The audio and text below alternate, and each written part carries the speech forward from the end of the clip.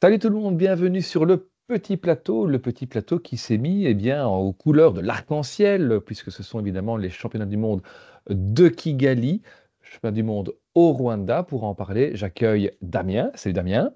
Salut Romain, salut Alexis, salut tout le monde. Et alors j'accueille Alexis. Salut Alexis. Salut les gars, salut tout le monde.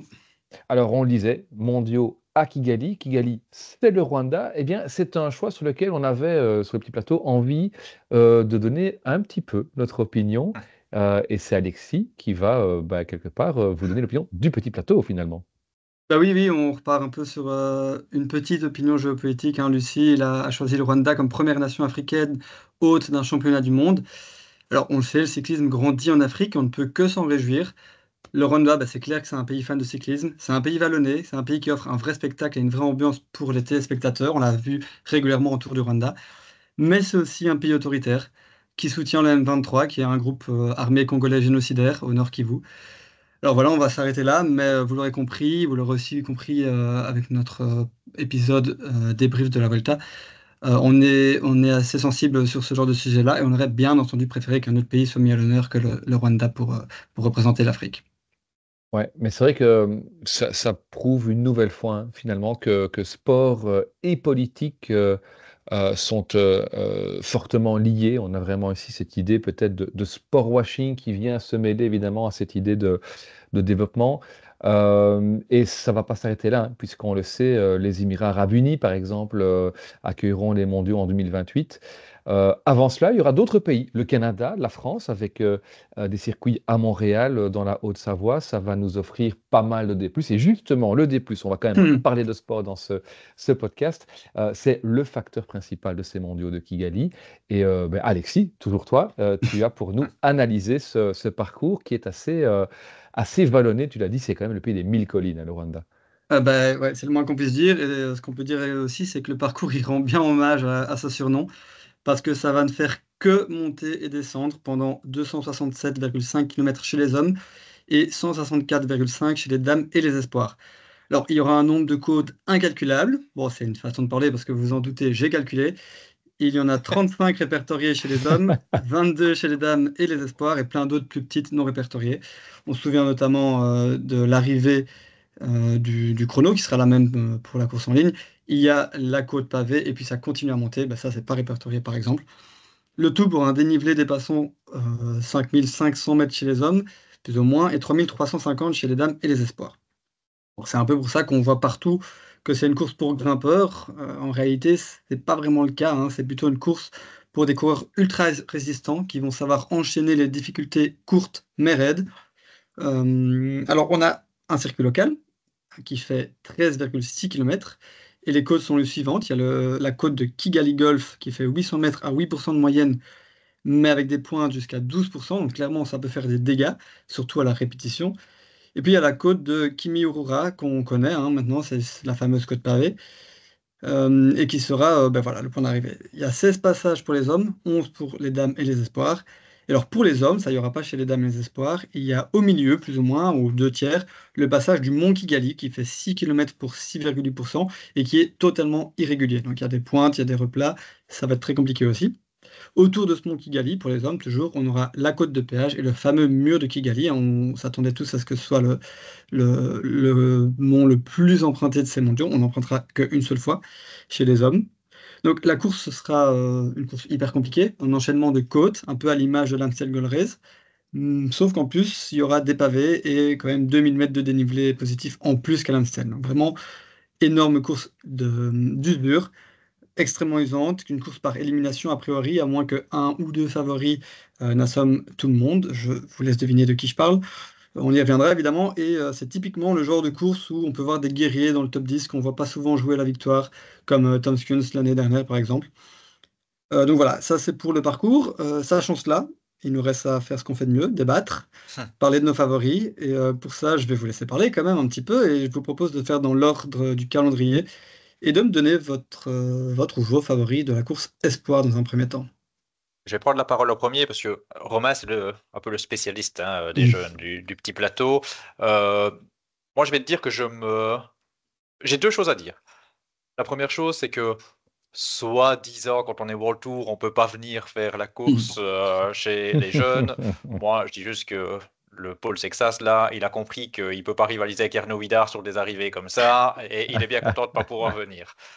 C'est une blague, les amis français, c'est une blague, je sais, il peut pas participer.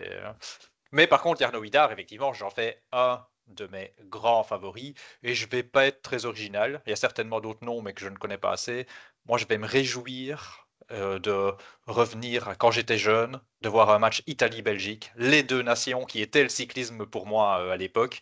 Et donc, bah, j'attends évidemment comme favori Jarno Hidar et Lorenzo Finn, avec un petit avantage quand même pour Jarno, non pas parce qu'il est belge, mais parce qu'il a quand même montré, Finn a été très bon sur le Tour de l'Avenir, Finn a eu une saison un peu plus compliquée, mais Jarno a montré que sur du punch comme ça, sur des arrivées pareilles et sur un circuit pareil, c'est quand même vraiment taillé pour lui. Donc j'espère un titre mondial pour Jarno. Ouais, je suis d'accord. Et je vais même aller plus loin, je vais plus me mouiller. Je pense que c'est vraiment l'homme qu'il faudra battre sur ce circuit, dans la mesure où Yarno sait tout faire, il sait grimper, il a une bonne pointe de vitesse, donc même s'il arrive en petit comité à l'arrivée, il est capable de battre ses concurrents. Et puis, c'est vrai, comme Alexis l'a dit, c'est des D+, y compris chez les espoirs, dignes des plus grandes étapes de montagne sur les courses par étapes, mais il n'y a pas de montagne ici. On est plus sur effectivement un style Amstel Gold Race, voire une mini-doyenne finalement. Et Jarno Widar, c'est un coureur qui brille autant sur les courses à étapes que sur les courses d'un jour. Et un Lorenzo Finn qui, pour moi, est clairement l'outsider numéro un sur cette course, euh, est très très fort, très très bon, mais il est encore pour l'instant, je pense, un tout petit cran en dessous de Jarno Widar. Et donc, c'est vraiment le top 2 que j'avais sélectionné aussi. Un, largement pour moi favori Widar, et deux, largement outsider, je vais dire ça comme ça, Lorenzo Finn, même si on sait qu'il y a quand même des gars derrière qui sont intéressants, hein. Et parmi ceux qu'on pourrait citer, je vais juste en citer trois. Il y a le petit Omrezel qui est slovène, donc rien que ça, déjà, ça veut dire quelque chose en cyclisme, mais qui serait effectivement un homme à suivre. Il y a toujours la grosse inconnue espagnole Pericas, qui a montré des choses assez extraordinaires et puis qu'on ne voit pas du tout à côté, donc c'est très irrégulier. Et pour aller chercher un nom, je vais dire un petit peu entre guillemets plus exotique, mais en tous les cas plus osé.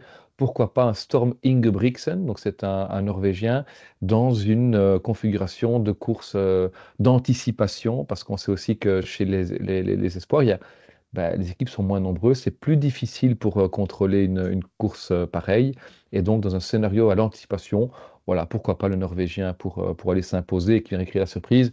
Mais je répète, Widar 1, Finn 2, ça c'est mon pronostic.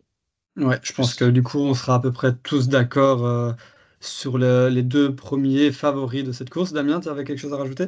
Non, non, j'allais juste dire que je savais, quand j'ai entendu les noms, je savais que Romain aurait plus à en dire. Tu vois, il faisait un peu ou pas sûr, mais je savais que Oui. Romain trouverait d'autres noms et d'autres On choses à sait dire. que Romain connaît tout le peloton, même chez les espoirs et les juniors. Donc, Romain sait dire tout sur tout, de toute façon.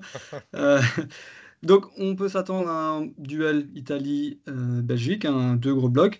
Chez les dames, par contre, le lendemain, a priori, il y aura d'autres blocs qui viendront un petit peu semer la pagaille. Damien, il me semble que tu as pointé un bloc en particulier, assez inattendu. Ouais, ben en fait, j'ai l'impression que depuis que je regarde le cyclisme féminin, depuis que je suis, j'ai l'impression que le bloc, mais quand je dis le bloc, c'était largement au-dessus, ça a toujours été les Pays-Bas, et ben j'ai l'impression que la France a un bloc plus costaud sur ces mondiaux. Ouais. Et bon, on l'aurait pas imaginé il y a quelques années, mais quand je vois l'équipe française, avec Ferrand-Prévot qui a quand même gagné le Tour, alors certes, ici, c'est pas de la montagne comme tu le dis, mais elle sait se débrouiller sur du punch, on l'a vu notamment sur l'Estradé, elle a tout ce qu'il faut pour briller. On a Juliette Labousse qui était très très forte aussi sur ce type de profil. On a Kerbaol qui s'est grimpé. Il y a Maëva Skaban, je ne sais pas si je le prononce bien, qui était un peu la révélation aussi sur le Tour de France.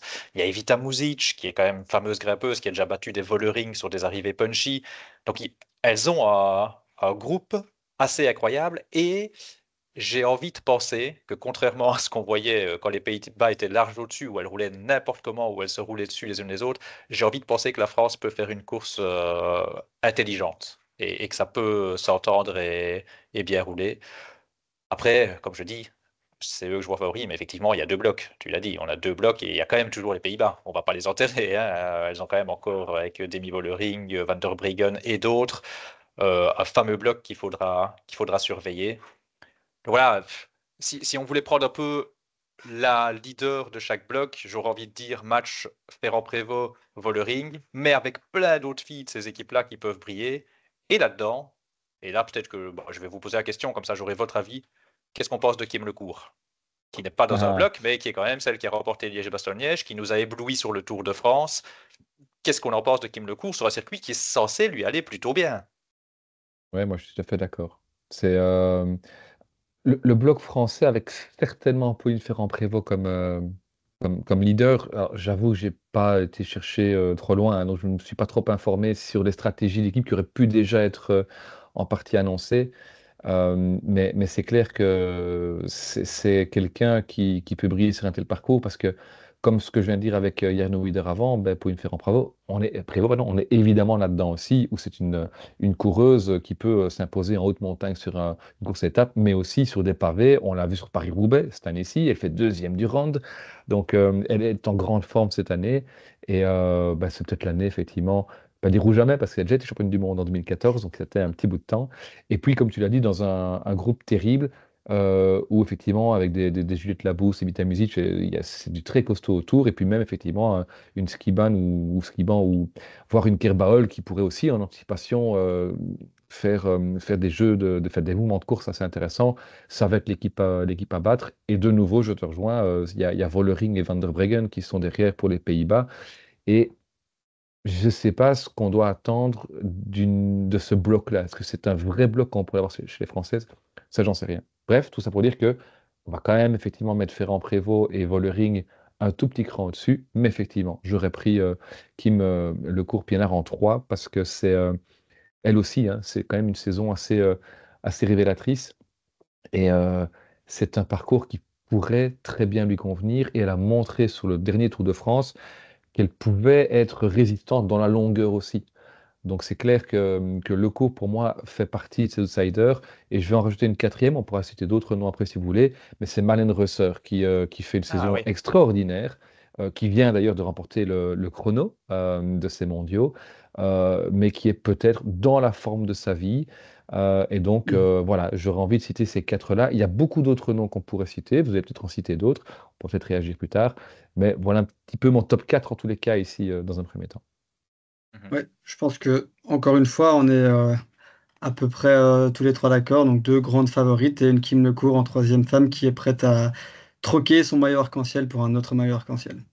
Ouais. Maintenant, on va quand même pas finir sur les femmes sans citer Longo Borghini, hein. Mm. Longo Borghini, c'était quand même aussi un fameux début de saison. On a tendance peut-être à rester sur l'image de son Tour de France où elle était peut-être malade, je pense. Enfin, en tout cas, ça n'allait pas, mais elle fait quand même un fameux début de saison aussi. Donc, Lamborghini, plus les années passent, plus elle a l'air forte. Certains se tracassaient peut-être, même nous, je pense qu'on s'était posé la question, pas spécialement se tracasser, mais avec ce transfert, est-ce que c'était un transfert pré-retraite de partir chez UAE? Ben non, en fait, elle est très très forte, donc on peut pas non plus ne pas parler de Lango Borghini au moment de faire cette présentation. Et juste un petit mot sur Marlène Reusser que j'avais totalement oublié. Euh, je suis pas du tout expert en cyclisme féminin, mais pour ceux qui le seraient encore moins que moi, peut-être que Marlène Reusser, ça leur fait penser, bah oui, c'est une rouleuse et donc elle est championne du monde chrono, normal, vous emballez pas les cas. Non, non, c'est plus juste une rouleuse, Marlène Reusser, hein. C'est bien plus que ça, Bien cette sûr. saison, elle nous l'a montré, donc tu as raison de la citer, effectivement. Ouais, et Ouais. c'est vrai que Lamborghini, c'est intéressant de la citer aussi, hein. Quand on gagne le Giro d'Italia et puis surtout la Flèche Bramboson en 2025, c'est clair qu'on est une des favorites pour ces mondiaux. Mais après, Bah, du coup, oui. le groupe italien est loin d'être vilain aussi, hein, chez les femmes, parce que Mhm. Lamborghini ne sera pas toute seule. Alors, c'est pas aussi impressionnant que le groupe des Françaises, mais enfin, on a quand même une Trinca Colonel qui est une des révélations de la saison aussi. Il y en a d'autres qui sont là dans ce groupe. Il y a en tout cas des coureuses qui peuvent faire le boulot aussi et qui peuvent soulager Lamborghini jusqu'à à l'arrivée dans le final, ce qui ne sera pas le cas d'autres, hein. Il y a quelqu'un qu'on n'a pas du tout cité ici, c'est Cassia Niewiadoma, ben, qui, oui, sur papier, dans une course par équipe, finalement, de sponsors, aurait évidemment son nom parmi les favorites. Ici, c'est quand même, voilà, en tant que Polonaise, une équipe pardon, de 3 filles. Il n'y a même pas Solskjaer, donc voilà, enfin, Solskjaer, Sniok, je prononce certainement très mal le nom, je suis vraiment désolé si des personnes d'origine polonaise nous écoutent. Mais, euh, mais donc voilà, c'est quand même, même si c'est une course qui se passe par équipe, et on va certainement avoir l'occasion d'en reparler bientôt ici avec la course homme, les groupes, ça reste quand même quelque chose d'important, je pense. Ouais. Mhm. C'est clair, bah, justement, hein, tu me lances sur les hommes. Je pense que il y a encore quelques jours, on était tous les trois assez persuadés, moi le premier, que c'était course gagnée pour Pogacar vu le parcours. Mais depuis dimanche dernier, où je rappelle qu'on était tous les trois d'accord pour dire qu'il y aurait un vrai match entre Pogacar et Remco, je pense qu'on peut dire à nos auditeurs pardon, que voilà, notre avis il ne vaut rien, qu'on n'y connaît rien, qu'il Vous faut pouvez changer de arrêter ici. podcast. Mais voilà, qu'on essaye quand même d'apprendre de nos erreurs et que par conséquent, peut-être que vous aussi, vous serez d'accord que le chrono est peut-être un peu venu rabattre les cartes. Eh ben, moi, je vais essayer d'apprendre de mes erreurs et de te dire que ça n'a pas tant rebattu les cartes que ça. Parce que, en vrai, tu sais, on Je suis assez rigole et tout d'accord, hein. ça. Ah, ben oui, tu vois, en vrai, on rigole et tout ça en disant on a été mauvais. En vrai de vrai, alors, c'est quand même une petite contre-performance de Pogacar, hein. Se faire Oui, hein. doubler par Remco, ça, et finir derrière Van Wilder, c'est une contre-performance de Pogacar.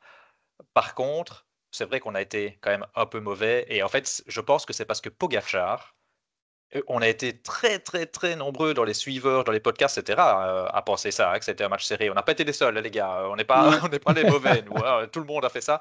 Mais je pense qu'en fait, Pogacar, on le pense tellement capable de tout. C'est un tel phénomène qu'on le pense capable de tout. Mais en vrai, sur des chronos d'un jour, il a quand même. C'est pas un rouleur. C'est pas un Non. rouleur. Et quand tu nous as présenté le parcours, Alexis, rappelle-toi, je t'ai dit ça a changé, pas du tout pour moi chez les parce que j'ai dit 51% pour Remco Ouais. et 49% pour Pogacar. Donc j'étais très très loin de ce qui s'est passé. Mais c'est vrai qu'en fait, ça aurait dû nous sauter un peu plus aux yeux de dire bah, normalement, Remco est quand même grand favori. Pas de là à voir ce qui s'est passé, mais voilà. Alors là où je dis je vais pas répéter mes erreurs, ben, faut pas non plus se tromper dans l'autre sens. Maintenant, je vois certains, ouais, c'est Remco le favori, ouais, parce que même sur la dernière côte pavée qui va mieux à Pogacar, enfin, il a distancé Pogacar. Ouais, bon, la vérité d'une semaine n'est pas la vérité de l'autre. Tessou a vélo de chrono, il sait qu'il est plus dans le match. Enfin, tout ça, il faut le prendre en compte Mhm. aussi. Et globalement, bah, ça reste taillé Pogacar. Donc Ouais, bien sûr. voilà, moi je vais pas remettre tout en cause. Pour moi, Pogacar reste l'énorme favori. Mhm. Mais c'est vrai que je suis un peu moins convaincu parce que de toute façon, on peut pas s'enlever cette idée, cette image de la tête qui est une image incroyable de voir Remco passer. Donc, on peut pas s'enlever ça totalement de l'esprit. Et on peut aussi se dire, ouais, c'est du chrono. Il était un peu malade, qu'il a expliqué. Bon, de toute façon, maintenant, dès qu'il y a une contre-performance, ils sont tous malades. Je dis pas qu'il l'était pas, hein, mais j'ai l'impression que toutes les interviews maintenant, les mecs, ils disent ça. Mhm. Euh, mais peut-être aussi que un truc qu'on n'a pas du tout parlé dans nos capsules, c'est aussi un climat un peu particulier. Ouais, Est-ce que Pogacar va le supporter aussi facilement que d'autres? Enfin voilà, on sait que dans les on peut conditions jouer. météo, bien Ouais, sûr, ouais. quand il fait mauvais, par exemple, Pogacar est très très bon. S'il fait Mais bien. là, tu vois, on ne sait pas si ça lui va moins bien ou pas. Donc, je ne vais pas exclure qu'on puisse avoir une course sympa. Et puis, Pogacar reste l'énorme favori, mais j'exclus pas une course sympa, quoi. on est à 1600 mètres, ça reste en dessous de 1800, mais Remco a fait un stage en altitude après le tour, ce que Pogacar n'a pas fait. Donc, moi, je vais le dire très clairement, hein, le parcours reste taillé pour Pogacar et Pogacar nous a tellement choqués, tellement traumatisés que je peux pas dire autre chose que Pogacar, immensissime favori. Et je le pense, vraiment. Mais Remco semble dans une forme de fou, bien plus que ce que je pensais. Donc voilà, ça vient rabattre les cartes un petit peu, oui, même si Pogacar reste favori. Mais voilà, Remco peut offrir un match. Et on n'est pas à l'abri de surprise, comme on a été surpris sur ce contre-la-montre, parce que Remco, ok, c'est un contre-la-montre, il est spécialiste, mais il est aussi très fort en circuit, hein. Il est très Mhm. résistant.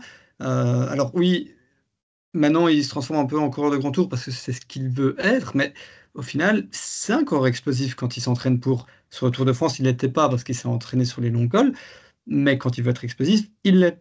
Donc honnêtement, je le vois plus proche de Pogacar sur ce genre de course qu'il ne l'est en col. Ouais. Et puis, il a gagné la Flèche Brabantson. Pour boucler la Voilà, boucle. voilà, Romain, en ton effet. avis? Oui, ben, en fait, on en viendrait presque, pardon, à se dire que le Tour de France 2025 a été un accident dans Mhm. l'évolution de Remco Evenepoel. Euh, Ça fait 3 ans qu'on fait le petit plateau et pendant 2 ans presque et demi, on n'a pas arrêté de dire un truc sur Remco Evenepoel. Hmm. On n'a pas arrêté de dire à chaque fois qu'il se fixe un objectif, on le sous-estime en fait. Ouais, Et le c'est vrai. mec, il est là dans les rendez-vous. Et ici, il est arrivé tellement haut dans la hiérarchie finalement du peloton masculin que quand on a démarré cette saison, alors j'avoue que j'ai pas été réécouter tous nos épisodes de tout début de saison, mais certainement qu'on a dû quand même se dire encore une fois, ouais, mais il faut quand même jamais oublier que Remco, quand il se prépare, on ne l'attend pas, on pense que ça va pas aller. Et puis finalement, c'est le meilleur. Le Tour de France, il a pris une petite claque. Parce que comme tu disais Damien, en vélo, tout va très vite. La claque qu'il vient de mettre à Pogacar, lui-même l'a prise il y a 64 jours, enfin 64 jours avant cela, Mhm. quand Vingegaard l'a dépassé juste avant l'arrivée à Peyragut sur 11 km de chrono, hein. Donc, en montée, bien évidemment. Là, c'était un vrai col pour le coup, mais enfin, comme quoi tout peut aller vite. Alors ici, ça irait vraiment vite si effectivement on voyait totalement l'inverse dans une semaine. Mais donc, finalement, c'est une belle leçon d'humilité pour moi, en tout cas en premier lieu, dans la mesure où il faut jamais, jamais, jamais douter de Remco. Parfois, ça n'ira pas, mais souvent, ça va quand même bien. Et Ouais. il nous l'a rappelé ici grâce à ce chrono. Après, est-ce que ça veut dire que ça inverse totalement? Je vais vous rejoindre. Non. C'est-à-dire que pour moi, Pogacar reste le premier nom qui me vient à l'esprit quand je vois ce parcours. Mais il est évident qu'on ne peut pas du tout nier que Remco sera son grand rival pour cette course. Il y aura plein d'autres mecs qu'on va pouvoir citer après. Ouais. Mais enfin, quand on voit la forme. Alors, lui aussi, hein, Remco a dit j'étais dans une forme étincelante. Mais enfin, combien de temps cette forme étincelante va-t-elle durer? Si elle dure effectivement une semaine, ça va être compliqué d'aller le chercher. Même si, évidemment, il y a une très forte différence entre un chrono qui est un effort individuel de 40 km et une course de 265 bornes où ça se court en équipe, où il y a des mouvements de course, où il faut sentir le truc. Donc j'ai presque envie de dire, bah oui, oui, si Remco et Pogacar s'isolent en tête à 40 bandes de la fin et que Remco parvient à mettre 10 secondes à Pogacar, vu la forme qu'on a vue, est-ce que Pogacar soit refaire ces 10 contre-là sur Remco? En théorie, oui, mais il y aura quand même à ce moment-là l'adjuvant moral pour l'un et peut-être un petit coup moral pour l'autre. Donc ce sera très intéressant de voir comment ça va se passer. Mais donc là, pour le coup, oui, autant j'avais dit, j'étais plus pour vraiment on va dire un 60-40 pour Pogacar sur le chrono. Bah ici, je vais du coup me mesurer. Je vais pas aller sur du 51-49, mais je vais quand même mettre du 55 pour Pogacar et du 45 pour Evenepoel dans ce duel, hein. Il y a d'autres mecs qui vont arriver aussi, Ouais. évidemment. Mais un autre point que j'ai aussi envie de dire sur Remco, c'est que il a laissé sous-entendre que il serait à peu près, on peut considérer il est dans la forme qu'il aurait dû être au Tour de France, dans le sens où il a commencé sa saison 2 mois plus tard. Et donc là, il est dans son «pic de forme d'été» entre guillemets, plus tard que les autres, ce qui peut donc donner en effet un Remco au top du top, comme il l'a été au Tour de France 2024 quand il a pu commencer sa saison un petit peu plus tôt. Damien, du coup, toi, tu Oui, rejoins Romain, 55-45, non, plus pour Pogacar. Par Mmh. contre, pour réagir à ce que tu viens de dire d'abord, puis je vais réagir à autre chose. Oui, tout à fait. Il a la fraîcheur en plus que n'a pas Pogacar, Ouais. qui a semblé fatigué après le tour, etc. Alors certes, il a eu le temps de recharger les batteries, et moi j'en fais quand même mon grand favori, plus qu'à 55-45 entre deux. Non, j'ai lu un truc intéressant qui va vous sembler peut-être farfelu, mais je vais quand même vous poser la question. Parce que je me suis dit, mais c'est pas si con de ce qu'on connaît un peu de Pogacar.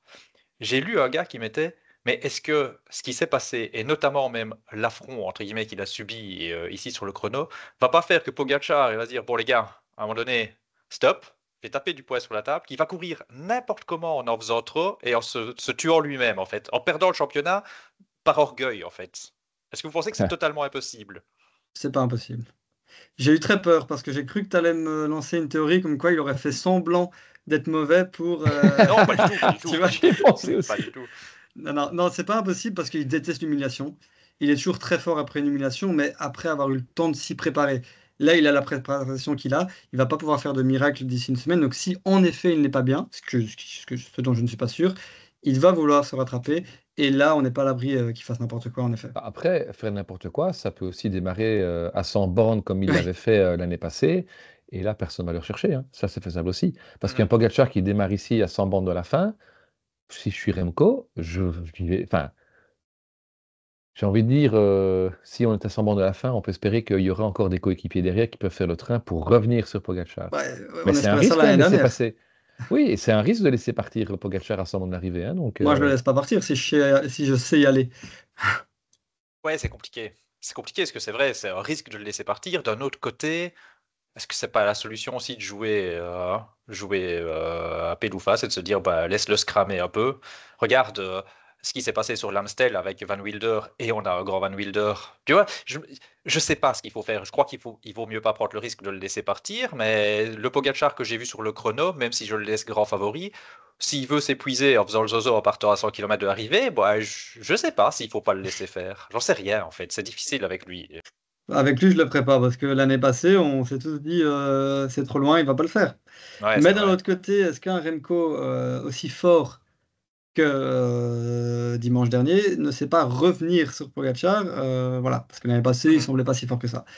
Donc, s'il se sent fort, il peut peut-être éventuellement laisser faire ses équipiers avant d'y aller lui-même. après Bah, ça pourrait être aussi, une carte parce que admettons que Pogačar, soit effectivement vraiment malade et se dise, «Bah, au final, je vais partir à 100 bornes de l'arrivée. Alors soit on me laisse partir et je vais regagner de nouveau, au terme d'un exploit, monumental, bah, soit c'est obligé, j'ai courir derrière et puis il y a Roglič qui peut, peut-être sortir, quelque chose parce que, bon, on va évidemment le citer et il y en a d'autres. On sait que Roglič, c'est plus le Roglič d'il y a 3-4 ans, mais mhm, enfin, c'est quand même un parcours sur lequel, ce Slovène-là, peut aussi être redoutable, hein.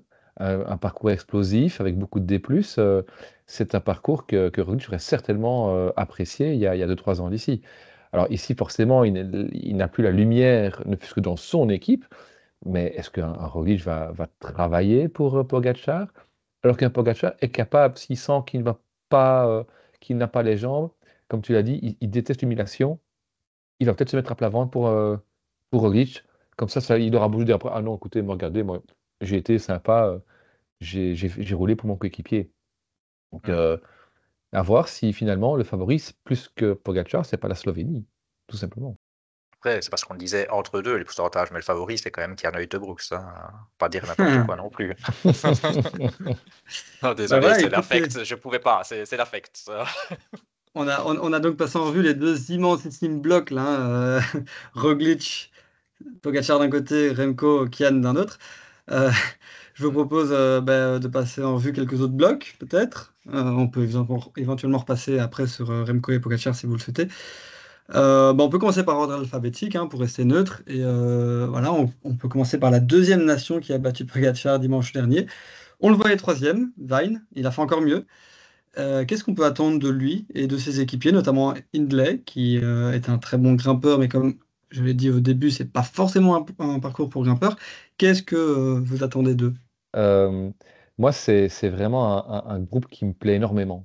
Hem, Parce que il y a des profils, ils savent tous grimper, convenablement, et c'est beaucoup de mecs qui arrivent en forme, hein. Jay Vine, on a vu effectivement, même déjà avant, son chrono, il a fait une Volta assez Mhm. sensationnelle, mais par à coup, en choisissant vraiment ses coups et quand il choisit ses coups, il perd rarement.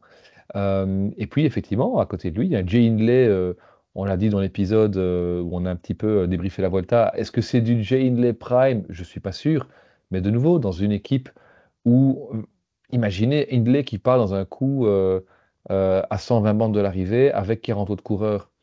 Bah, si on va pas les rechercher, voilà quelqu'un qui peut être très intéressant sur un tel parcours. Il y a un Michael Storer aussi qui a montré récemment qu'il était, en bonne forme en gagnant je ne sais même plus quelle course, devant Cepeda, je ne sais plus, bref, peu importe. Il y a Michael Matthews, ce serait intéressant de Ouais, voir ce que Matthews peut faire parce que, il y a beaucoup de D+, hein. J'ai un peu peur que pour, un peu l'Australien trop. qui en plus sort d'une saison quand même assez compliquée, c'est compliqué mais enfin voilà, il y a quand même l'expérience aussi. Bref, c'est un beau bloc. Je trouve que c'est vraiment un bloc intéressant qui peut déjouer les trucs.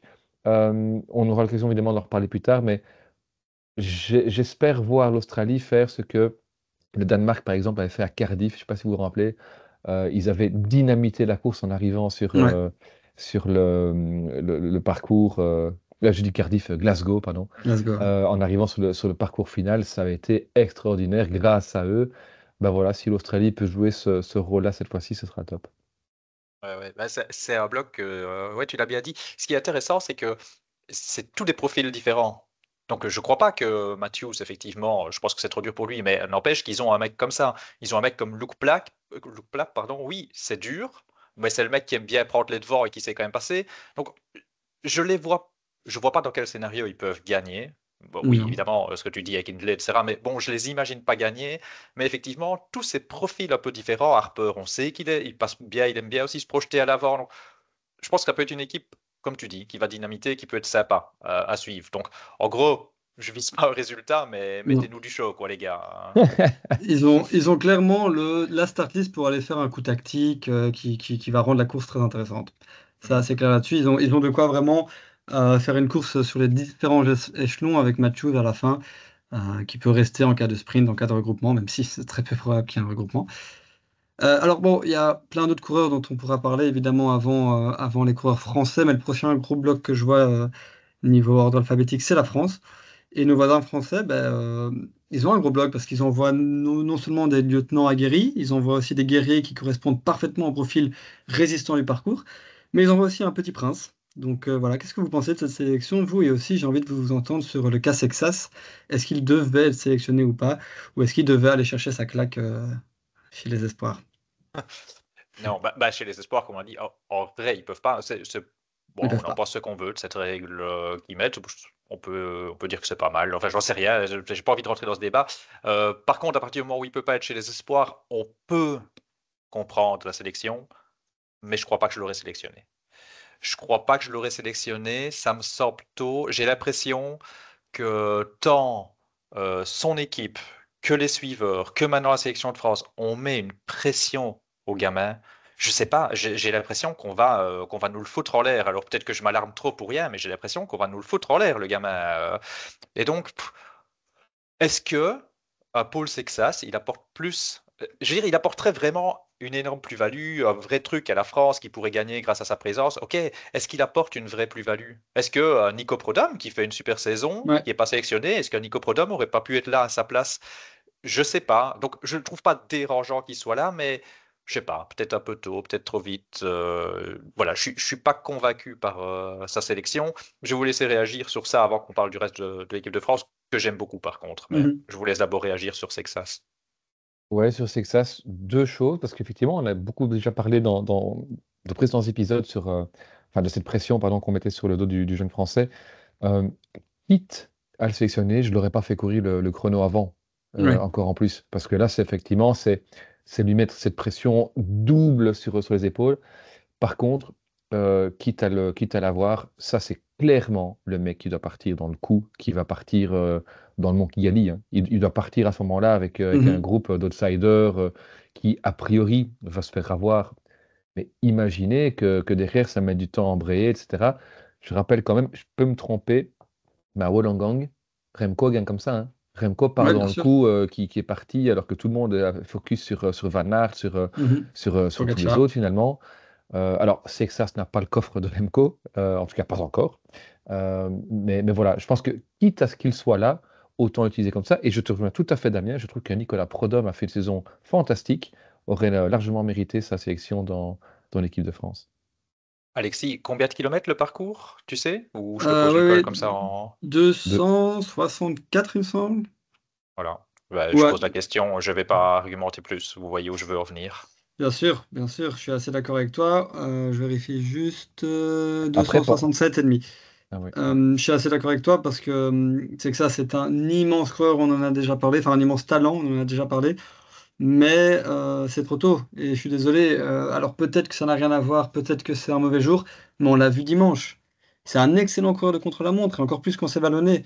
Et il est loin, il est très loin. Donc voilà, pour moi, c'est trop tôt. Et, coup tactique peut-être, peser sur la course, non, pas encore. Oui. Mhm. Après, pour terminer avec Texas, c'est aussi peut-être la chance de la France aujourd'hui de ne pas avoir un vrai leader qui se démarque de cette équipe. Mais par contre, avoir la possibilité de mettre beaucoup de coureurs au départ.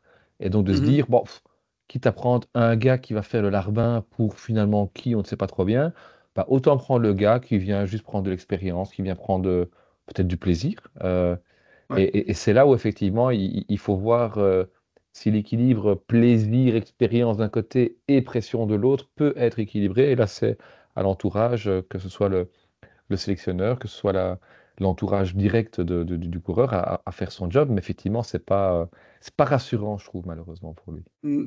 Moi, quand même, j'ai quand même envie de dire, dans cette sélection, et vu le parcours, moi, il y a quand même un gars que je vois au-dessus des autres. Du coup, je vais vous demander par oui ou par non. Madouas, top 5 ou pas? Mhm. Non. Non. Ah, non. Non plus, mais blague à part, il a le profil et la résistance pour ce type de parcours. Il a la résistance, je suis tout à fait d'accord, je savais que son nom allait sortir et je trouve que c'est. En fait, le bloc français, et tu m'as devancé, est-ce que je t'ai vu faire la moue quand Romain a dit il n'y a pas vraiment un leader? Et j'allais te demander, tiens, c'est marrant, parce que je m'attendais pas à ce faire la moue, tu vois qui comme leader? Parce que moi, je trouve que justement, c'est hyper homogène. Je les mets presque tous au même niveau, j'en mets beaucoup au même niveau en fait dans cette équipe. Et c'est pour ça que je dis que c'est Ouais, une équipe qui me plaît beaucoup. Et eux, ils nous habituent quand même en plus à faire le show. Franchement, c'est pas Ah pour oui, faire oui. plaisir à nos voisins français qui nous écoutent, Mhm. mais c'est toujours une équipe hyper agréable sur les championnats. Et donc, là, ils ont vraiment l'équipe encore pour le faire. Donc, j'espère vraiment qu'ils vont mettre le feu. On a Barré qui a montré encore sur les À Canadiennes fond. qu'il a un bon niveau. À la Philippe, bon, Sivakov j'ai fait aussi. mon coup de gueule, mais il est au niveau. Sivakov est très très bon. Si je C'est devais vrai. en sortir un sur le niveau, ce serait peut-être Sivakov d'ailleurs. Mais Jordan Jegat vient de passer. J'étais déçu à rien d'aller chercher sa première victoire professionnelle. Il était hyper costaud en revenant sur Skelmos retour du Luxembourg. Madouas, effectivement, il a le profil, il a la résistance surtout pour briller là-dessus. Mhm. Bon, Valentin Paré-Peintre, c'est c'est peut-être pas assez montagneux quand même en fait Bah ouais. pour Valentin. Donc je sais pas. Bon voilà, en tout cas c'est un très bon coureur. Julien Bernard, super équipier en plus pour soit pour tirer des bouts de droit entre guillemets dans des calls, soit pour prendre les devants. Équipe équipe vraiment chouette, hein, vraiment chouette, Mhm. mais hyper homogène. Hyper homogène, mais alors contrairement à l'Australie, là je vois des possibilités. Je crois pas qu'ils vont gagner, mais je vois des possibilités de gagner. Je veux dire, je sais pas, l'Australie, ça me renvoie avec des mecs qui savent faire des places. La France, ça me renvoie avec des mecs qui savent gagner. Ils sont pas nécessairement plus forts sur le papier, j'en sais rien, mais ça me renvoie vraiment une équipe qui sait gagner, quoi. Oui, je suis assez d'accord. Alors, on arrive déjà au G de Grande-Bretagne, hein, étant donné qu'en cyclisme, ce n'est pas le Royaume-Uni de Grande-Bretagne et d'Irlande du Nord qui est représenté, mais bien la Grande-Bretagne, comme au JO, par exemple. Et alors, pour l'anecdote, les coureurs nord-irlandais qui font partie donc de l'État des Royaumes-Unis, ils ont le choix de représenter l'Irlande ou l'Irlande du Nord. Voilà, alors qu'ils ne font pas partie, ils n'ont pas la nationalité irlandaise, ils ne font pas partie de l'État irlandais. Donc Ce voilà, petit plateau, un podcast culturel. voilà Voilà. aussi. Qui dit Grande-Bretagne dit Pidcock, évidemment. Alors, on n'a pas l'habitude de le porter favori. Est-ce que sa Volta vous a fait changer d'avis ici? Ah, c'est compliqué parce que si on regarde le résultat papier de la Volta, on se dit, bah, Pidcock, sur un tel parcours en plus, c'est Mhm, clairement un outsider. Euh, Après, on se remémore notre épisode de débrief de la Volta où on avait dit, bah, c'est quand même une Volta au rabais et donc un podium au rabais. Il n'y avait pas des Pogacar, des Evenepoel et compagnie. Mais le gars est quand même dans une dynamique positive. Alors, il court depuis longtemps, donc il faudra voir. Mais très clairement, sur un tel profil explosif, où il faut pouvoir grimper, où il faut pouvoir avoir de la résistance, bah, c'est clairement un gars qu'on doit prendre en considération pour un top 10, un top 5, pourquoi pas un podium aussi. mhm. Donc, et en plus, il est quand même dans un groupe qui n'est pas inintéressant. Il y a deux, trois mecs là qui peuvent vraiment donner un bon coup de main, notamment un Oscar Only qu'on a vu très en forme sur le tour. Il faudra voir dans quelle mesure il est encore en forme ici. Euh, mais voilà, c'est le genre de coureur, Pidcock, qu'on voit sur une course comme l'Amstel, comme Liège. Donc on va le voir, on devrait le voir. Mais contrairement au bloc français, par exemple, ou au bloc australien, pardon, Euh, je vois pas Pidcock partir à l'avance. Je vois plutôt Pidcock essayer de résister le plus longtemps possible pour arriver dans ce groupe de 20-25 coureurs et là peut-être essayer d'en mettre une. Et ça, je pense que ce ne sera pas possible de battre Pogacar ou Mhm. Evenepoel de cette façon-là. Je pense que ceux qui battront Pogacar ou Evenepoel l'auront fait en anticipation. Et je pense pas que Pidcock va courir à l'anticipation. S'il le fait, tant mieux, hein, parce que tu Ouais. fais effectivement partir un groupe avec, bon, peut-être pas Jevine, mais allez, disons Hindley, avec Madouas et Seixas en même temps, avec Pidcock. Et derrière, il va falloir vraiment s'organiser, hein, pour aller chercher ces mecs-là. Donc voilà, c'est c'est vraiment je ne vais pas dire une inconnue, mais une composante, entre guillemets, un peu mystère, je trouve, de ces championnats du monde. C'est la forme, l'état d'esprit de Pidcock. C'est le mec qui peut débrancher après 50 bandes parce qu'il n'a pas les jambes et qu'il s'en fout. Et c'est le mec qui peut réaliser un truc incroyable. Donc, il sera clairement à suivre. Est-ce que ce sera pour le show, pour la victoire? Ça, je ne sais pas encore. Je pense pas qu'on laisse partir à Pitcock, hein, Non, hein. avec DJ Hindley, Non. etc. Je pense pas du tout qu'on prend le risque. Euh, oui, on l'a dit, Vuelta au rabais, mais après, Vuelta au rabais, ok, parce qu'on compare sur pardon, un classement général d'un grand tour. Oui, bien sûr.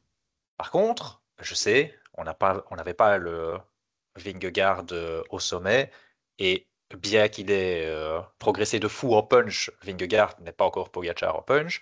On va quand même rappeler que Pidcock, c'est le seul qui a distancé. Bon, au final, Vingegaard a su revenir dans l'étape un peu tronquée, là où il n'y a pas de vainqueur Mhm. d'étape. Il a su distancer Vingegaard au punch, hein. Donc, je pense quand même que la condition, Pidcock, moi, effectivement, sa Vuelta et ce que j'ai vu là, plus alors, vous me direz, c'est un peu à double tranchant ce que je veux dire. Plus c'est Stradé, où il a Bien montré qu'il sûr. était trop fort, et à la fois où il a montré qu'il était à des années-lumière de Pogacar, hein, ce jour-là. Donc voilà, ça va un peu dans les deux sens, mais malgré tout, ouais, c'est vraiment un candidat. Par contre, j'ai une question pour vous, parce que peut-être que j'ai une mauvaise image sur Pidcock. Tu as mentionné la résistance, et moi j'ai justement l'impression que quand c'est long comme ça, c'est pas le plus résistant du peloton. Moi j'ai justement l'impression que plus ça dure, plus c'est dur comme ça sur Ouais. les courses usantes, plus il a un peu du mal à garder son punch sur la fin, et je sais pas, mais c'est peut-être une mauvaise impression que j'ai. Honnêtement, j'en sais rien, je ne vais pas oser l'affirmer. Bah, c'est assez cohérent, hein. Pidcock, c'est quelqu'un qui vient du VTT et du cyclocross. Il a plus l'habitude, il a grandi avec des efforts d'une heure. Voilà, Van Aert, par exemple, on sait que ça lui a mis énormément de temps avant Mhm. de savoir tenir les 250 et plus kilomètres. Ce serait cohérent. Les courses, les classiques sur lesquels il a le plus brillé, Pidcock, c'est quand même des classiques plus courtes, l'Estrade Bianche notamment. Donc oui, c'est cohérent. Oui, j'ai rien à dire de plus. Je pense qu'Alexis était parfait. Allez, super. Comme Ben, Merci. toujours. c'est gentil. Ben voilà, mais moi, Pitcock, ben, en fait, oui, je le vois, comme tu dis, Damien, comme vous dites, je le vois très fort, mais à des années-lumière de Pogacar et même de Remco. Donc, très bon candidat au podium et il fera un très beau troisième. Alors, autre chose, et un autre pays dont j'ai envie de parler, Damien, tu parlais de groupe homogène pour la France. Un groupe que je trouve extrêmement homogène et vraiment hyper intéressant, c'est l'Italie. Alors l'Italie, elle amène beaucoup de très beaux noms. Il y a encore 2 3 ans, j'aurais jamais cru que l'Italie pourrait amener un aussi beau groupe sur un mondial. Mais est-ce que c'est vraiment des noms qui peuvent venir briller sur ce parcours? Est-ce que c'est un bon pari pour vous d'envoyer ce qui s'apparente quand même beaucoup à des grimpeurs ou pas forcément? Ah, Chicone, oui. Chicone sur le profil, moi je suis totalement fan parce que Mhm. c'est pas un grimpeur. On en a fait, Ouais, nous on a voulu ouais, même sur la Vuelta, etc. Mais c'est un super puncher. ouais, c'est Donc clair. voilà, après il faut juste voir où il en est avec ses problèmes à la selle. On peut se dire que la dernière étape difficile sur la Vuelta, quand il est parti à l'avant, il a montré qu'il était costaud. Donc la forme, des fois je me dis, mais il la tient peut-être depuis trop longtemps, entre guillemets, il arrive peut-être au bout de cycle. Et d'un autre côté, j'ai pas l'impression. Donc je pense qu'il peut vraiment être au rendez-vous. Et sur le profil, c'est un homme hyper intéressant, bah, parce que puncher, parce que pointe de vitesse, parce que tout ça. Donc moi, Chicone, j'aime beaucoup. Le reste du bloc italien, je suis d'accord avec toi. C'est homogène, c'est costaud, etc. Mais j'ai des gros doutes sur l'état de forme des garçons.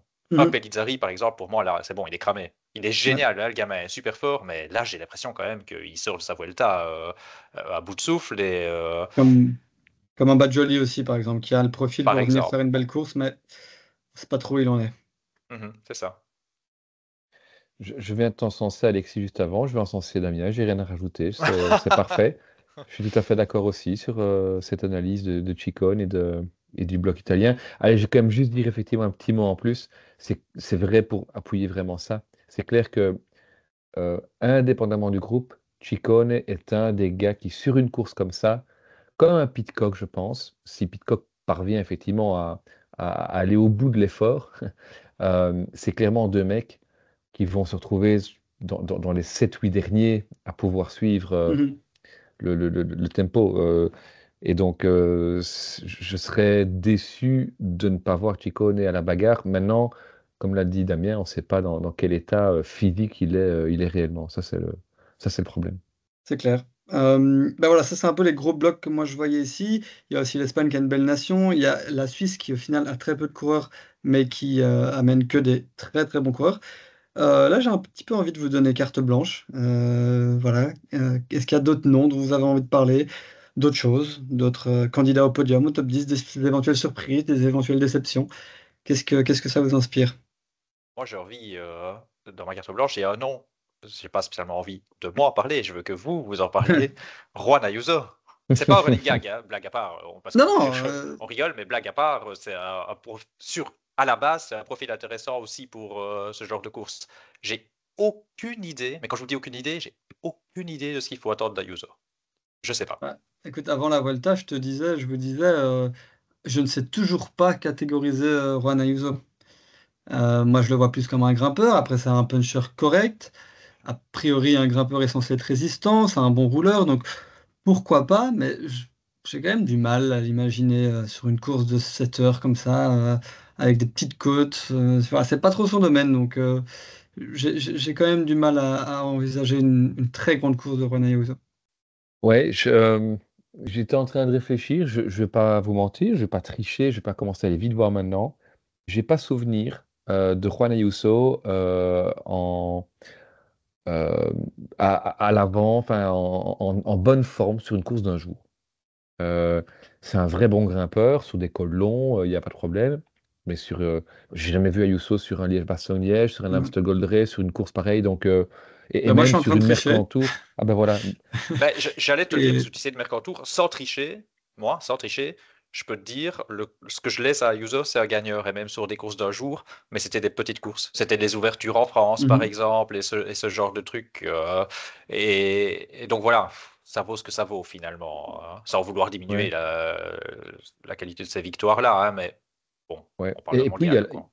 l'inconnu de l'état de forme. Mhm. Quand on a vu sur la Vuelta, est-ce que dès le début, il est arrivé avec un état d'esprit de faire un peu sa Vuelta à lui et puis basta? Est-ce que réellement il n'aime pas spécialement les gens? Enfin, je sais pas. Honnêtement, très sincèrement, j'apprécie le coureur, mais j'en entends vraiment rien sur ce circuit. Mhm. Franchement, je serais étonné qu'il soit à la bagarre. Je vais même aller plus loin. Je serais étonné qu'il soit encore qu'il soit encore, enfin, qu'il termine la course tout bêtement, qu'il soit dans le final jusqu'au bout. Et t'attends un autre enfin, ou vous attendez un autre espagnol du coup? Il y a Soler, il y a Romeo, c'est pas un bloc incroyable, mais Bah, ouais, il y a Garcia Pierna, ça peut être sympa quoi. ouais, ou même Adria, un Adria ou quoi, ouais, mais Adria, ouais. peut-être un de ceux-là pour venir justement compléter un top 10, des coureurs qui sont encore là, qui traînent dans un groupe et qui se battent quoi, comme des vrais guerriers, mais qui vont pas venir peser sur la course. Moi, c'est comme ça que je le vois en tout cas. Ouais, Ils mettent pareil. rarement le feu, hein. C'est Ouais. pas la nation la plus sexy généralement sur les championnats. Et un autre coureur qui ne mettra pas le feu et qu'on n'a pas beaucoup vu cette année, j'en attendais beaucoup plus, mais qui a tout pour venir faire justement son top 6, top 7, un coureur dont on ne parle jamais, c'est Tom Skuns. Ah bah lui, alors lui, totalement. Et il est en pleine forme là. Je l'ai vu sur l'étape reine du Tour du Luxembourg où il est encore le poids lourd parmi les poids Ah légers ouais, là. Ouais, ouais, mais Tom chouette. Skuns quoi, qui a été moins impressionnant cette saison que l'année passée, mais Mhm. bah, pour moi, homme de championnat, Ah ouais. résistance, forme actuelle, il va pas y gagner, hein. Ouais, valeur sûre pour un bon classement. Je vais peut-être passer pour un con en étant aussi affirmatif, mais Non, mais je suis écoute, convaincu qu'il va faire une bonne place, hein. on rappelle que l'année passée, il fait cinquième des Jeux Olympiques, sixième du Grand Prix Montréal et quand même quatrième des championnats du monde, hein. Donc, c'est pas un coureur sexy, entre guillemets, mais c'est un sacré coureur résistant. Mhm. Ouais. J'ai un peu peur quand même du D+. C'était Ouais, beaucoup, mais ouais, c'est beaucoup. ouais, c'est vrai. Bon, après, bon, moi, j'attends toujours, là. Ça fait depuis que tu as dit carte blanche, j'attends que Romain prononce le nom Carapace, mais c'est pas encore venu, mais ça va venir, c'est pas possible, hein. Allez, pour te faire plaisir, Damien. Et pour me faire plaisir. Non, non, Richard Carapaz, bien sûr, c'est avec l'inconnu toujours qu'on ne connaît pas son état de forme, puisqu'il a dû renoncer à la Vuelta. Là, il est revenu sur 2, 3 courses de préparation, pardon, où il n'a pas été étincelant particulièrement. Mais c'est clair que en résistance, ce D+, c'est clairement un mec euh, que moi j'attends. On va me dire, ouais, mais est-ce qu'il ne rentre pas dans cette catégorie de ces grimpeurs, de ces purs grimpeurs qui ne vont pas avoir un terrain qui leur est finalement si propice? Il y a bien sûr le nombre de D+ total, mais pas vraiment de col, à part un petit col en plein milieu du truc. Mais en fait, Carapace, c'est quelqu'un qui peut aussi être très bon, et on l'a vu sur des Liège-Bastogne-Liège notamment, même si le mec n'a jamais fait de gros résultats, c'est quand même un gars qui peut enchaîner les bosses comme ça pendant très longtemps. Et donc, Mhm. c'est aussi quelqu'un qui, qui, qui est très offensif, qui essaye des trucs, qui ne se cache pas. Et si Carapace est encore avec les meilleurs à 20-30 bandes de la fin, si Carapace attaque, qui doit y aller? Mhm. Pogacar, Evenepoel, ils vont se regarder et c'est peut-être son heure de gloire à ce moment-là. Donc franchement, en plus, honnêtement, l'équipe, alors il n'y a pas Narvaez, mais l'équipe équatorienne est pas Mhm. dégueulasse, franchement. C'est pour une petite nation du C'est vrai. vélo que reste l'Équateur, c'est quand même intéressant. Mais donc voilà, j'ai vraiment envie de faire de Carapace, effectivement, un de mes gros outsiders avec, bah, je l'ai dit tantôt, avec Pidcock notamment, mais vraiment quelqu'un qui, à la pédale, peut vraiment. Allez, s'il y a bien, ils sont peut-être deux, trois, mais à la pédale, c'est Mhm. peut-être un des rares qui est capable de surprendre et d'aller s'imposer contre Pogacar, contre Remco. Euh, Il y en a un autre, mais peut-être d'abord vous laisser réagir parce que je me suis fait plaisir, mais mon plaisir va continuer et vous entendre parler de Carapace. Moi, avant de passer la parole à Alexis, et après, en plus, je vais essayer de faire une prédiction concernant Alexis, voir si je connais aussi bien Alexis que je te connais bien toi. Bon, d'abord, sur Carapace, en fait, je suis d'accord avec ce que tu as dit, et clairement, je pense que sur un coup où Pogacar, Remco se regardent, où ça tergiverse, s'il y a un gars que je sortirais, c'est Carapace. Et je suis d'accord avec tout ce que tu as dit. Pour moi, c'est pas Carapace, c'est pas le grimpeur qui s'est pas brillé là-dessus. C'est parfait pour lui, ce terrain. Moi, je pense vraiment. Et pourquoi lui plus que les autres? Pas rien que physiquement, mais j'ai l'impression qu'il a ce truc. Il a l'audace, il a un peu, il va sentir ce qu'il faut faire. Bon, peut-être que parce que je, je suis pas aussi énorme fan que toi, mais peut-être parce que je l'aime bien aussi que je dis ça. Mais j'en sais rien. Je vais laisser répondre Alexis peut-être sur Carapace s'il a envie. Et je vais essayer de deviner un nom qu'Alexis voit bien briller. Je ne sais pas s'il l'avait prévu dans sa liste, mais on va essayer. C'est un petit jeu-jeu. Je ne sais pas pourquoi. Je pense qu'Alexis, et on n'en a pas parlé off, il aura quand même dans sa liste Benili. Mais peut-être que je me trompe totalement, hein, mais je pense qu'il aura dans sa liste Benili. Évidemment, évidemment, j'en avais parlé, enfin j'y avais pensé, et tu dis petit plateau podcast culturel, alors là c'est pas grand-chose, mais j'avais prévu de vous dire que Benelli, il aurait pu représenter l'Angleterre, là où il est né, Mhm. mais que voilà, ses parents étant irlandais, il a choisi l'Irlande, pays qui croyait plus en lui que la Grande-Bretagne. Et ben pour moi, ils ont eu raison. Euh, Peut-être pas encore en équipe nationale, mais clairement, c'est un coureur extraordinaire. C'est un coureur que je vois, pareil, hein, très résistant. Il sait te pousser des watts incroyables pendant 7 heures, 8 heures, 45 heures s'il faut. Donc oui, c'est un nom que je vois bien en effet venir. Mais pareil, euh, il est offensif, hein, mais est-ce qu'on va le laisser partir? Je pense pas. Ceci dit, d'ailleurs, avec l'équipe nationale, je dis il n'a pas brillé, mais l'année passée, il fait quand même une belle année quand même. Donc voilà, je le vois dans les derniers, mais je pense pas qu'il aura un bon de sortie. Donc je le vois faire 6-7e. Ah, tu vois, là, on a une toute petite différence où je sais pas pourquoi on continue à pas trop se méfier, enfin, pas trop se méfier de Benili. Moi, j'ai l'impression qu'on laisserait. En fait, Carapaz, c'est le gars que je vois sortir sur un final où ça se regarde. Benili, c'est le gars que je vois sortir avant et où ça Ouais. pourrait réussir. Alors, je dis pas de pas échapper publicitaire, hein, mais je sais pas, j'ai l'impression qu'il arrivera toujours à se glisser dans un truc sans qu'on ait vu que Benelli il est parti. Et ben, courage pour aller le rechercher. Bon, ce sera pas mon favori, mais ouais, je me méfie. Et lui aussi, Tour de Luxembourg, il n'a pas fait le résultat, hein, mais il a fait du fractionné. Et lui, il avait qu'une idée en tête, à mon avis, c'est ici, hein, c'est le championnat du monde et il a bossé pour, hein, il a fait des efforts. Ouais, je sais pas si après le Tour de France, on le laissera encore partir. Enfin, ce serait une erreur de le laisser partir, en tout cas, Mhm. c'est clair. Mais si on le laisse partir, bah, il a un profil intéressant. Bien sûr, Mhm. bien Allez, sûr. à vous de trouver un nom que j'ai sur ma liste, allez-y, Bah, lancez-vous. Ah, on en sait, hein. On sait! Ouais, ok, Un Mexicain, il s'en passe oui, à quoi? voilà, j'avais évidemment. évidemment Del Toro en tête aussi pour toi. Tout à fait. Évidemment, évidemment, et à la fois, enfin, il y a plein de choses qui se bousculent dans ma tête quand je pense à Del Toro. Euh, bon, il y a la longueur de la course. Il reste jeune, il est en pleine forme, il brille énormément. Il a montré des belles choses déjà face à de la belle concurrence. Après, on est sur un mondial et sur une course qui est assez longue. Donc ça, c'est un peu une de mes réserves. Une autre réserve, mais je sais jamais comment interpréter ça, bah, c'est que le grand favori, c'est son boss aussi tout au long de l'année. Maintenant, je pense quand même qu'ils vont pouvoir vraiment rouler l'un contre l'autre. Bah, je l'espère. J'espère Ouais, vraiment que Del Toro va faire pouvoir aussi. faire sa course. On peut toujours imaginer que, et c'est triste hein, de penser comme ça, que s'il sent qu'il n'a pas les jambes et qu'il y a un vrai match Pogacar-Remco, il donnerait un coup de main à Pogacar. Ce serait dommage. Mais moi, je pense qu'il aura les jambes.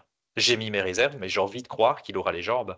Et quand j'ai regardé le chrono, et à un moment donné, j'entends les commentateurs, et je peux comprendre, hein, qui se disent, ah ben voilà, Del Toro quand même, c'est quand même encore un peu jeune, il n'a pas encore l'habitude d'aller en course parce qu'il perd d'un coup, je ne sais pas combien, deux intermédiaires, il perd un temps monstre sur Van Wilder. Ouais, mais le finish, quoi. Le finish, alors je sais pas, je m'étais dit, mais pour tout vous dire, je vais être honnête, j'ai pas eu le temps de regarder. Je voulais sur le chrono regarder les temps de montée aussi de chacun. À mon avis, il a dû faire un sacré temps, hein, Del Ouais. Toro. Et bah, c'est quand même un bon signe, hein. C'est quand même un signe de la condition après un chrono si dur de faire une telle montée sur le final. J'ai envie d'y croire, j'ai envie d'y croire et je m'étais insurgé quand on disait que c'était mini Pogacar, mais ouais, non, Non. je m'étais insurgé quand on disait que c'était Pogacar 2.0. Ça, je veux pas. Mini Hmm. Pogacar, pourquoi pas, dans l'absolu, parce que ça sous-entend moins fort que Pogacar, mais avec des qualités qui peuvent être identiques sur certains points. Et c'est vrai que bah, il ose, il a le punch, il a la pointe de vitesse. Donc ouais, moi, ça va être une de mes attractions. En fait, j'en fais, je sais pas où je dois le mettre. Je serais pas surpris qu'il fasse un podium, je serais pas surpris qu'il soit pas dans le top 10. Ouais. Je sais pas ce que je dois en penser, mais c'est clairement un des coureurs sur qui je vais avoir l'œil pendant la course. C'est un des mecs que je veux voir, quoi. Ouais, je suis d'accord avec toi. Je vais faire une prédiction parce que je suis joueur, mais vraiment, je me base sur rien du tout. Je vais prédire qu'il va faire l'inverse de Tom Skun. C'est-à-dire, Tom, on va pas le voir, mais il va faire top 10. Del Toro, on va le voir tout le temps. Il va être trop fort, trop chouette, mais il finira loin. Très possible, très très possible. Ouais. Ah, Ouais. c'est marrant comme analyse, mais c'est très très très possible en fait. Mais c'est bien de citer Del Toro maintenant parce qu'avec Healy, juste avant et Carapace encore un peu plus avant, on a 3 mecs qui sont des coureurs audacieux, qui sont des coureurs qui vont pas se cacher, qui vont oser et qui vont, en tout cas on peut l'espérer, nous mettre ce cyclisme champagne comme on l'aime, comment sur le circuit et surtout, ce sont les mecs qui, de par leur mouvement de course, vont certainement perturber les stratégies des grands groupes que pourraient être effectivement la Belgique et la Slovénie notamment. Hem, les autres aussi, hein, on a parlé du groupe français, qui pouvait être extraordinaire. Je pense que le groupe français, on va être plus, en tout cas je leur souhaite, être dans l'anticipation, mais de quelque chose d'assez conventionnel. C'est-à-dire qu'ils vont mettre deux trois mecs dans le groupe qui va partir, dans le Mont Kigali, et puis ils vont encore essayer en arrivant sur le circuit. Mais quelque part, ce sera presque des moments, entre guillemets, je ne vais pas dire attendus, mais des moments où finalement, tu prends pas beaucoup de risques. Tu fais un truc, c'est, voilà, ça peut être surprenant, mais c'est pas ça qui va, parce que je suis désolé de le dire, mais pour que ces mecs-là prennent vite de l'avance, bah, on peut laisser partir quand on est à 100 bornes de l'arrivée. Ce ne sera pas le cas évidemment d'un Carapace, d'un Del Toro ou d'un Eli. Par contre, c'est des mecs qui, effectivement, à 50, 40, 30 bornes, peuvent essayer. Et pour moi, c'est les trois mecs qu'on vient de citer ici qui sont ceux qui, s'ils sont effectivement encore dans le bon groupe à ce moment-là, qui, à la pédale, peuvent surprendre les deux monstres.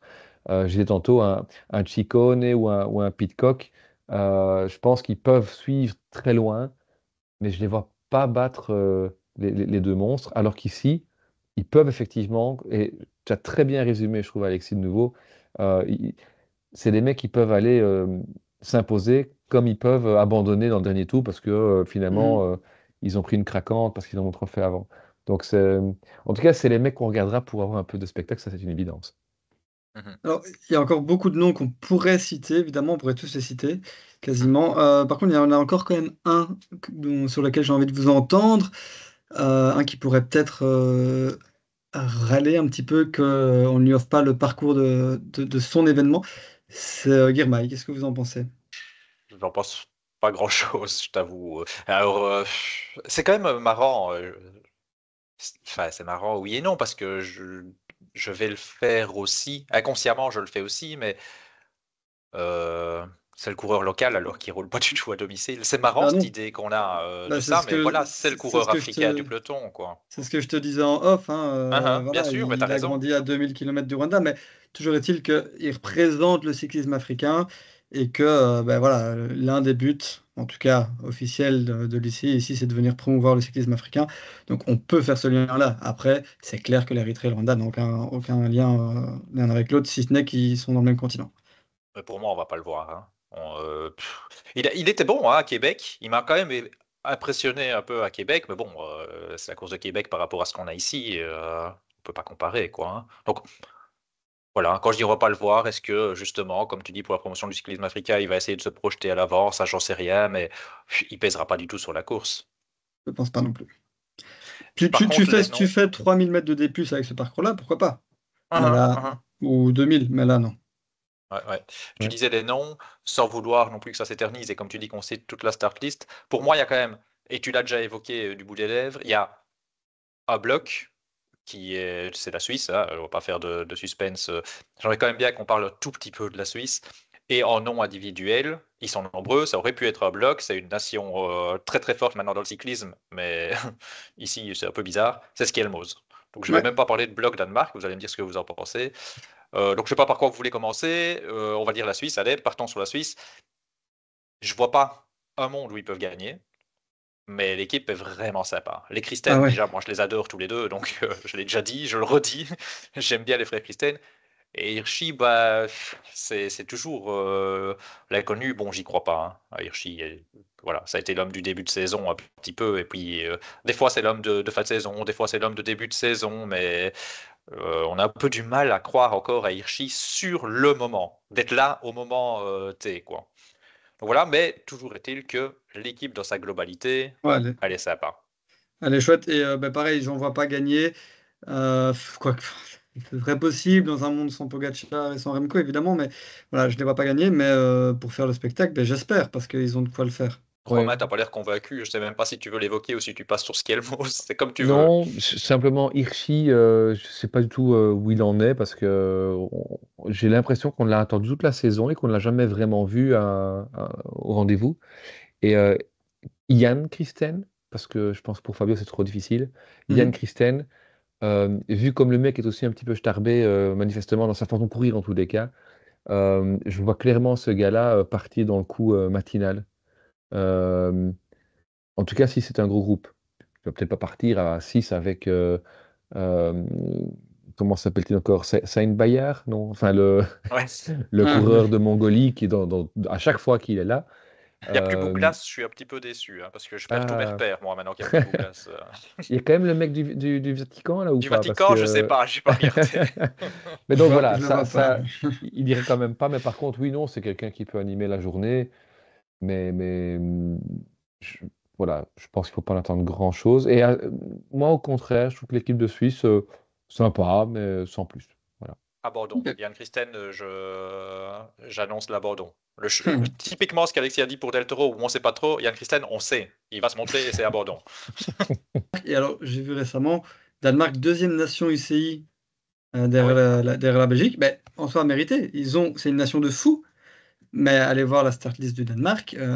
Si vous ne connaissez pas les nationalités des coureurs et que vous regardez cette start list du Danemark, jamais vous vous dites que c'est la deuxième nation ici. Jamais. Non. Bah, Non, c'est on va le terrible. dire, il y a ni Vingegaard ni Pedersen. Et donc voilà, Oui, tu n'as pas les deux locomotives. C'est comme si la Belgique se présentait sans Evenepoel et sans Van Aert ou Arnaud Delis, ou je ne sais pas qui il faut mettre d'autre derrière. C'est comme si la Slovénie se présentait sans Pogacar et sans Roglic. Enfin, ça c'est peut-être un petit peu fort quand même. Mais ce qui est le mot, c'est attention, hein, c'est un coureur qui peut être très intéressant sur un tel parcours. Mhm, Mais clairement. de oui. nouveau, alors oui, oui, il vient de remporter le Tour du Luxembourg. Mais et d'ailleurs, il a remporté l'Amstel, hein, maintenant que C'est ce j'y que j'allais repense. dire. Devant Mhm, Pogacar et Remco. Ouais, mhm. donc c'est clairement un coureur qui peut être intéressant. Mais effectivement, dans un groupe qui nous avait habitués avec un Mats Pedersen à faire tout exploser, à vraiment jouer crânement leur chance, avec des stratégies un peu dingues, mais totalement assumées. Ici, je ne sais pas du tout comment ils vont courir. Donc, je ne sais pas. Oui, le fait d'avoir effectivement cette réminiscence de l'Amstel Gold Race, je me dis, ah ben ouais, peut-être quand même, il faudrait compter avec, Ouais. c'est vrai. Mais C'est ce que je me suis dit en prépa, mais ce sera plus dur. Ce sera plus oui, très très actif et je le vois craquer, tout simplement.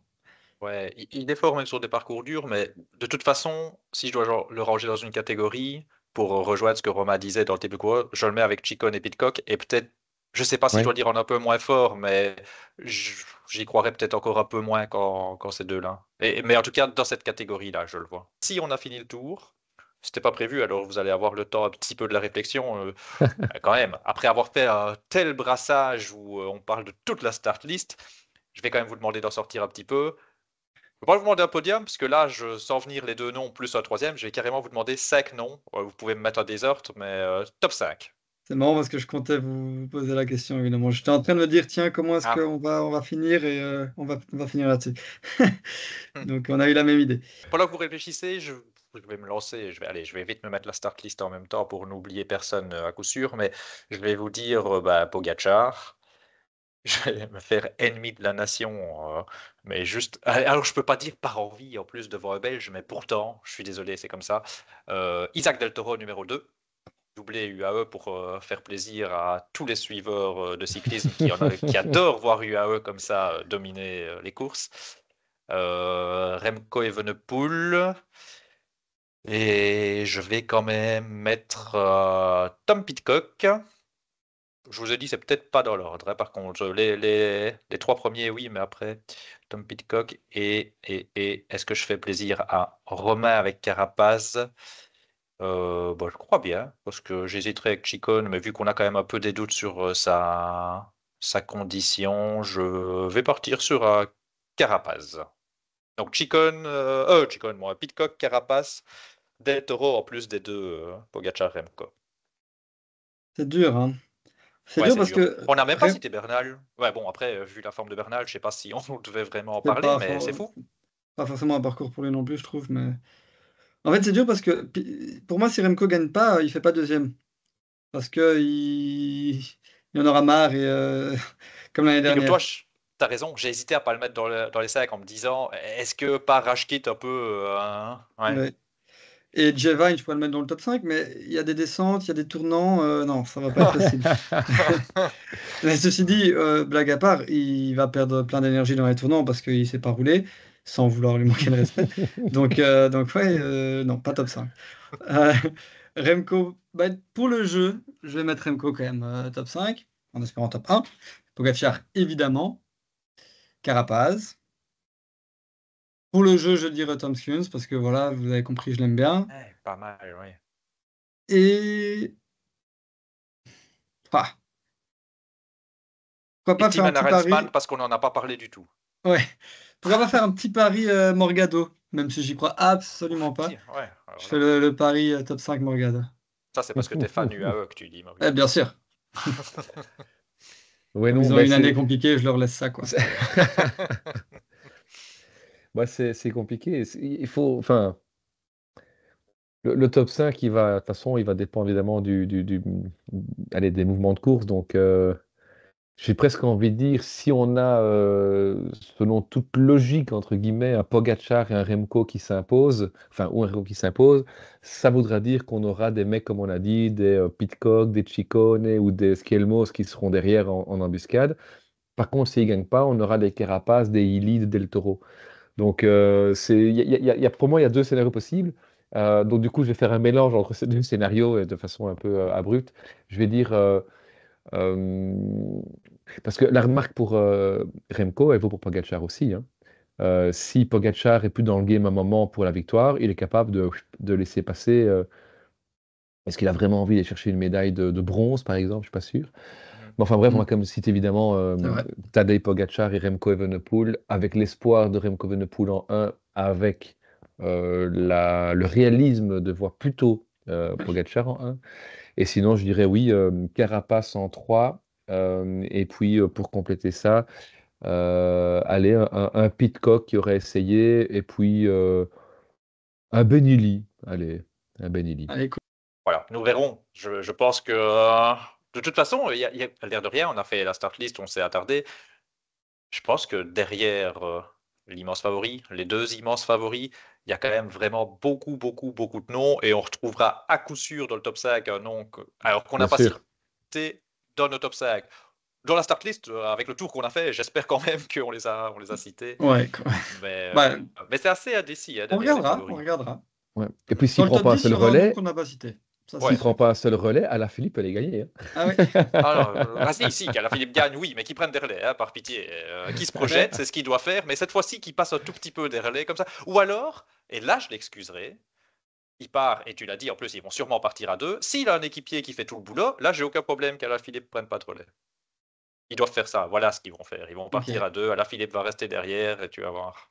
Ouais, mais Alaphilippe part dans le groupe à 120 bornes de l'arrivée. Vous le laissez partir, vous? Ouais. Ouais. Ouais.